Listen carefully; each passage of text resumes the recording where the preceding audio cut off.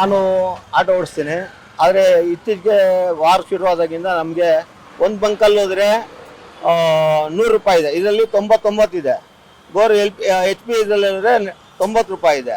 ಗೋ gas ಅಂತ Lalbagh main ರೋಡಲ್ಲಿದೆ, ಅಲ್ಲಿ ಹೋಗಿ ಹಾಕ್ಕೊಂಡ್ರೆ 120. ಅಲ್ಲಿ ಮೋಸ, 120 ಕೊಟ್ಟರು ಬರೀ ಏರ್ ಬರುತ್ತೆ, ಗ್ಯಾಸ್ ಅಂತೂ LPG ಅಂತೂ ಬರೋದಿಲ್ಲ. ಈ ರೀತಿ ದೇಶಕ್ಕೆ ಸಮಸ್ಯೆ ಇದೆ, ನಮಗೂ ಸಮಸ್ಯೆ ಇದೆ ಒಪ್ಪನ. ಆದರೆ ಸ್ಟೇಟ್ ಗೌರ್ಮೆಂಟು ಯಾವುದೇ ರೀತಿ ಸಹಾಯ ಅಥವಾ ಯಾವುದೇ ಒಂದು ತಗೊಳ್ತಾ ಇಲ್ಲ, ಕಾಳಜಿ ತಗೊಳ್ತಾ ಇಲ್ಲ. ಮತ್ತು ಇನ್ನೊಂದೇನಪ್ಪ ಅಂದರೆ ಇದೆಲ್ಲ ಇವತ್ತೇನೋ ಯುದ್ಧ ನಡೀತಾ ಇದೆ, ಏನು ಇದು ಗ್ಯಾಸ್ ಎಲ್ಲ ಸರೋಬೋದು, ಒಂದು 5 ತಿಂಗಳು 3 ತಿಂಗಳು ಬಿಟ್ಟು ಸರೋಬೋದು. ಆದರೆ ಒಂದೇನಪ್ಪ ಆಗಿದೆ, ನಮಗೆ ಬೈಕ್ ಟ್ಯಾಕ್ಸಿಂದ ತುಂಬ ತೊಂದರೆ ಆಗಿದೆ. ಇವಾಗ ಹೈಕೋರ್ಟ್ ಮೇಲೆ ಎಲ್ಲ ಹೇಳ್ತಿದ್ರಲ್ವರ, ಹೈಕೋರ್ಟ್ ಏನು ಮಾಡಿದೆ, ಹೈಕೋರ್ಟು ಬೈಕ್ ಟ್ಯಾಕ್ಸಿ ಪರ್ಮಿಷನ್ ಕೊಟ್ಟಿದೆ.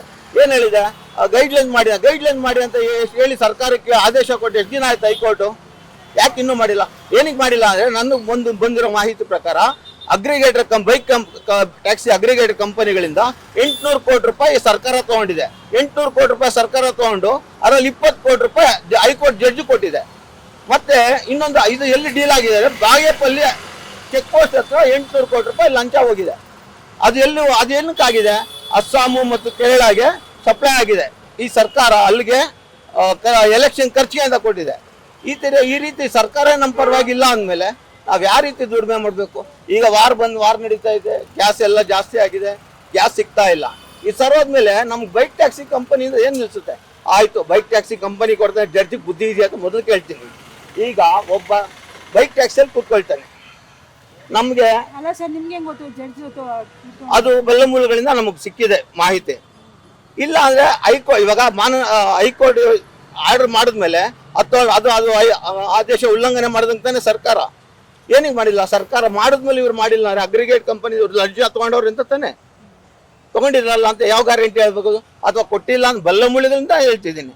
ಆಯಿತು, ಹೈಕೋರ್ಟ್ ಕೊಟ್ಟ ಮೇಲೆ ಯಾಕೆ ಆದೇಶ ಉಲ್ಲಂಘನೆ ಮಾಡ್ತಾರೆ ಸರ್ಕಾರ? ಎಷ್ಟು ದಿನ ಆಯ್ತು ಹೈಕೋರ್ಟು ಬೈಕ್ ಟ್ಯಾಕ್ಸಿಗೆ ಗೈಡ್ಲೈನ್ಸ್ ಮಾಡಿ ಅಂತ ಹೇಳಿ? ಯಾಕೆ ಮಾಡಿಲ್ಲ ಇನ್ನು? ಅಲ್ವಾ?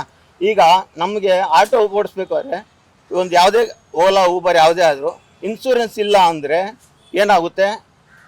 ಲಾಕ್ ಆಗುತ್ತೆ ಏನು ಆ್ಯಪು. ಆಮೇಲೆ ಇನ್ಶೂರೆನ್ಸ್ ಕಟ್ಟಿದ ಮೇಲೆ ನಮಗೆ ಆ್ಯಪಲ್ಲಿ ಕೊಡ್ತಾನೆ. ಆನಂತರ ಇವಾಗ ಬೈಕ್ ನಾವು ಹೋದ್ರೆ ನಮ್ಮ ಆಟೋಲ್ಲಿ ಇನ್ಶೂರೆನ್ಸ್ ಮಾಡ್ತಿದ್ರೆ ಆಟೋ ಪ್ಯಾಸೆಂಜರ್ಗೆ ದುಡ್ಡು ಬರುತ್ತೆ, ಅಪಘಾತ ಆದರೆ ಡ್ರೈವರ್ಗೆ ಬರುತ್ತೆ, ಆಟೋವ್ರಿಗೆ ಬರುತ್ತೆ. ಈ ಜನಗಳು ಮುಟ್ಟಾಡಿದಾರಲ್ಲ ಬೈಕ್ ಟ್ಯಾಕ್ಸಿ ಉಪಯೋಗಿಸೋರು, ಅವ್ರಿಗೊಂದು ಮಾತು ಹೇಳ್ತೀನಿ, ನಮ್ಮ ಆಟೋಲ್ಲರಿ ನಿಮಗೆ ಸೇಫ್ ಇದೆ. ಮಳೆ ಬಂದರೆ ಬಿಸಿಲು ಬಂದರೆ ನಿಮಗೆ ಸೇಫ್ ಇದೆ. ಮಳೆ ಬಂದರೆ ಸೈಡ್ ವಾಲ್ ಕಟ್ತೀವಿ, ನೆರಳಿದೆ ನಮ್ಮಲ್ಲಿ ಕೂತ್ಕೊಳ್ಳೋಕೆ. ಬೈಕ್ ಟ್ಯಾಕ್ಸಿ ನಿಮ್ಗೆ ಏನಿದೆ ಫೆಸಿಲಿಟಿ? 20 ರೂಪಾಯಿ 30 ರೂಪಾಯಿ ಜಾಸ್ತಿ ಕೇಳ್ತಿರಲ್ಲ. ಕೇಳ್ತಿರೋ ಅಂದ್ರೆ ನಾವು ಕೇಳೋದು, ಎಲ್ಲರೂ ಕೇಳಲ್ಲ.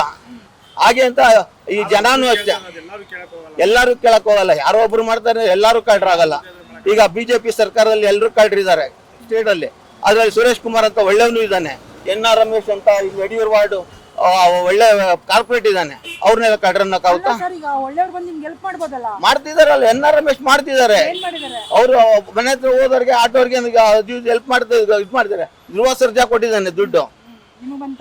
ನಾವು ಕೇಳಿ ನಿಂತಿದ್ದು ನಮಗೂ LPG ಹಾಕ್ದ ಧ್ರುವ ಸರ್ಜಾ. ಇದು NR ಇನ್ನೊಂದು ಗೊತ್ತಾ, ದುಡ್ಡೇ ಕೊಡಬೇಕು ಅಂತಲ್ಲ, ರೋಡು ರಸ್ತೆ ಚೆನ್ನಾಗಿದ್ರೆ ಗಾಡಿ ಎಲ್ಲಿ ಬೇಕಾದ್ರೆ ಓಡುತ್ತೆ. ಯಡಿಯೂರು ವಾರ್ಡಲ್ಲಿ ಓಡಾಡಿ ಹೆಂಗಿದೆ ರಸ್ತೆ? ಒಂದು ಹಂಪಿಲ್ಲ, ಒಂದು ಹಳ್ಳ ಕೊಳ್ಳ ಇಲ್ಲ. ಒಂದು ಇವಾಗ ಆಟೋಲ್ಲರೆ ಪ್ಯಾಸೆಂಜರ್ಗೆ ಅಪಘಾತ ಆದರೆ ಎಲ್ಲ ಸಿಗುತ್ತೆ, ನಮಗೂ ಸಿಗುತ್ತೆ, ಆಟೋಗೂ ಸಿಗುತ್ತೆ. ಎಲ್ಲ ಬೈಕ್ ಟ್ಯಾಕ್ಸಿ ಎಲ್ಲರೂ ಪ್ಯಾಸೆಂಜರ್ಗೆ ಏನು ಸಿಗುತ್ತೆ? ಸರ್, ಕಾಲೇಜ್ಗೆ ಹೋಗೋ ಮಕ್ಕಳು ಅವರು ಕಷ್ಟಪಟ್ಟು ಓದ್ತಾರೆ, ಏನೋ ಟೈಮ್ ಇದ್ದಾಗ ದುಡ್ಕೊಂತಾರೆ. ತೊಂದರೆ ಆದಾಗ ಯಾರು ಕೊಡ್ತಾರೆ? ಒಂದು ಪ್ರೂಫ್ ತಾವೇ ಕೊಡ್ತೀವಿ. ಆಂಧ್ರ ಗೌರ್ಮೆಂಟ್ದು ನಾನು ಇಲ್ಲಿ ವಿಡಿಯೋ ಕೊಡ್ತೀನಿ. ಆಂಧ್ರಲ್ಲಿ ಇವ್ರಿಗಿರೋ ಅಷ್ಟು ನಾಲೆಜು ನಮ್ಮ ಕರ್ನಾಟಕ ಟ್ರಾಫಿಕ್ ಪೊಲೀಸರ್ಗೆ ಏನಿಕ್ಕಿಲ್ಲ. ನೋಡಿ, ವಿಡಿಯೋ ಇಟ್ಕೊಂಡಿದ್ದೀನಿ. ಇದೇ ಆಂಧ್ರದು. ನೀವು ಯಾವನೋ ಬೈಕ್ ನೋಡಿ, ಅವ್ರ ಅಣ್ಣನ ಬೈಕ್ನ ಓಡಿಸ್ತಿದ್ದಾನೆ, ಟ್ರಾಫಿಕ್ ಪೊಲೀಸರು ಇರ್ತಾರೆ. ಹೆಂಗೆ ಓಡಿಸ್ತಾ ಇದ್ದಾನೆ ನೀನು? ನಿಮ್ಮ ಅಣ್ಣನ ಬೈಕು ಅಪ್ಕಾದರೆ ನೀನು ಕೊಡಬೇಕು ಅಂತ ಕೇಳ್ತಿದ್ದಾನೆ. ಅದೇ ನಮ್ಮ ಸಂಚಾರಿ ನಿಗಮ ಇಲ್ಲೇನು ಮಾಡ್ತಿದೆ? ಏನು ತಗೊಳ್ತಾ ಇಲ್ಲ. ಕ್ಯಾಮ್ರಾ ಹಾಕಿದ್ರೆ ಏನು ಮಾಡ್ಕೊಂತೀರಿ? ಎಷ್ಟು ಕ್ಯಾಮ್ರಾ ವರ್ಕ್ ಮಾಡ್ತಾ ಇತ್ತು ಹೇಳಿ? ಕರೆಕ್ಟಾಗಿ ವರ್ಕ್ ಮಾಡೋದು ಈ ಮೆಡಿಕಲ್ ಇದ್ರಲ್ಲಿ ಒಂದು ವರ್ಕ್ ಮಾಡುತ್ತೆ, ಚಾಲುಕ್ಯ ಸರ್ಕಲ್ ಪಕ್ಕ ವರ್ಕ್ ಮಾಡುತ್ತೆ, ಇನ್ನೆಲ್ಲ ವರ್ಕ್ ಮಾಡುತ್ತೆ. ನಾನು ಕೇಳೋದಷ್ಟೇ, ಬೈಕ್ ಟ್ಯಾಕ್ಸಿ ಕೊಡಬೇಕು ಅಂದರೆ ನೀನು ಸರಿಯಾದ ಬಡ್ಡಿ ಹೋಗಿ ಹೇಳ್ಬೇಕಾದ್ದು. ಪ್ಯಾಸೆಂಜರ್ಗೆ ಅಪಕಾರ ಆದರೆ ಮುಚ್ಕೊಂಡು ದುಡ್ಡು ಕೊಡ್ರಿ ಅಂತ ಅಗ್ರಿಗೇಟ್ ಕಂಪನಿಗಳಿಗೆ ಆರ್ಡರ್ ಮಾಡ್ಬೇಕು ಹೈಕೋರ್ಟ್ ಜಡ್ಜು. ಇಲ್ಲ ಅಂದರೆ ಈ ಸರ್ಕಾರ ಅಂತ ಉಗಿಬೇಕು ಅಷ್ಟೇ ನನ್ನ ಮನವಿ.